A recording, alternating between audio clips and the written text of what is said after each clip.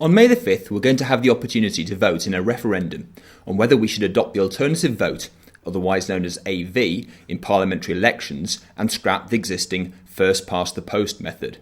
So how does AV work? Firstly, the similarities. Constituencies remain the same, a single geographic area represented by a single MP. The ballot paper looks the same, a list of names with the parties the candidates are affiliated to. However, instead of a single cross, the voter writes their preference for the candidates, 1, 2, 3, 4, until they have no opinion on the remaining choices. So how are the votes counted? Firstly, let's remind ourselves how the current first-past-the-post system works. Let's imagine an election with 5 candidates and 100 voters. The candidate with the most votes wins, but very often this means the majority of voters do not back the winner. With AV, the first preferences of the voters are counted.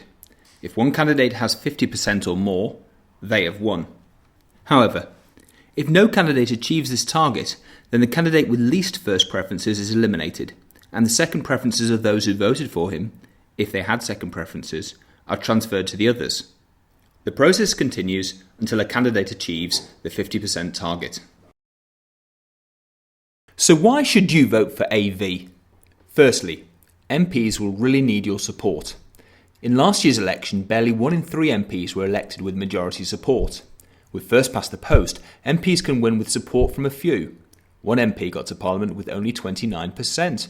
With AV, MPs need the broad goodwill of most of the voters. Second, a simple and tried system. AV is as simple as 1, 2, 3. You can rank as few, perhaps even only 1, or as many candidates as you feel are up to the job. Thirdly, the end of tactical voting. No longer do voters need to make a choice between voting with your heart or your head.